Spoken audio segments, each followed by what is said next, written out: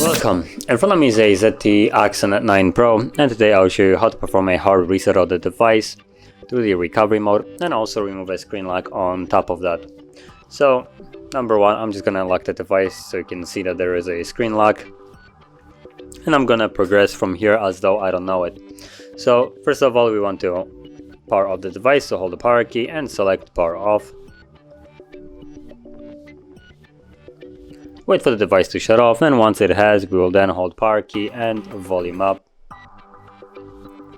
So, power, volume up.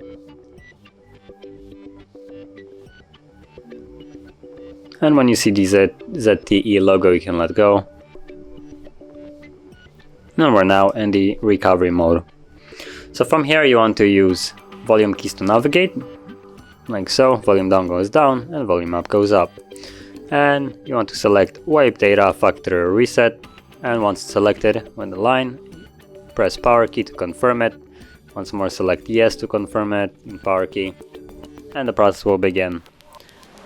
Now at the bottom you should see data wipe complete, and reboot system now should be selected now by default, so press power key once more just to reboot the device, and now the device will be powering back into the Android while continuing to do the reset in the background. So it will take a little bit longer than it normally does for it to actually turn on, but once it has, we should be then greeted with the Android setup screen. So I'll be back once that is actually visible.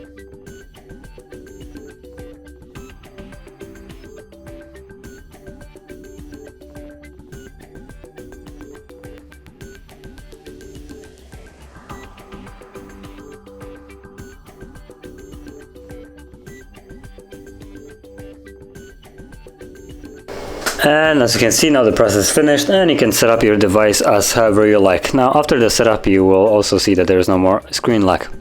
So if you found this very helpful, don't forget to hit like, subscribe, and thanks for watching.